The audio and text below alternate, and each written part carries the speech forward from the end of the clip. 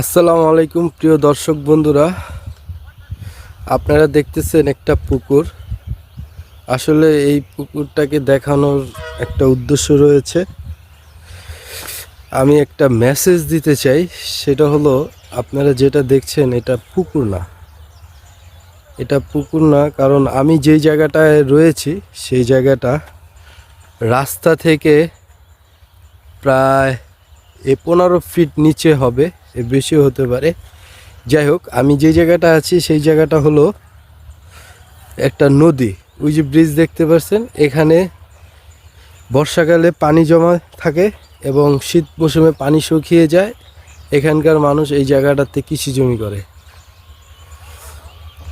তো আমার এই কথাগুলো বলার উদ্দেশ্য হলো, মেসেজটা হলো যেটা, যে এই পুকুরটা মানে এটা পুকুর না, এখানে যে নদীর পানিগুলো ছিল এই নদীর পানিগুলো এখানে জমিয়ে রাখা হয়েছে।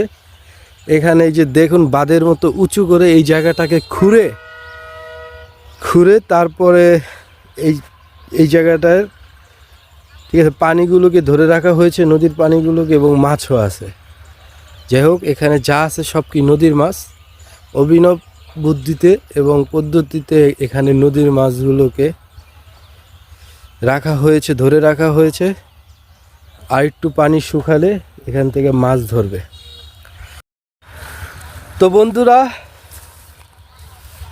আমার ভিডিওটা কেমন হলো এবং আমার মেসেজটা কেমন হলো অবশ্যই কমেন্ট করে জানাবেন। আপনারাও পারবেন এরকম, আপনাদের বাড়ির আশেপাশে নদী থাকলে সেই জায়গাগুলো শুকিয়ে গেলে সেখানে মাটি খুঁড়ে নদীর পানিগুলোকে ধরে রাখতে পারবেন মাছসহ। শীত মৌসুমে পানি শুকিয়ে গেলে মাছ ধরে নেবেন। তো ভালো লাগলে অবশ্যই লাইক কমেন্ট শেয়ার করে দিবেন। ধন্যবাদ। আল্লাহ হাফেজ।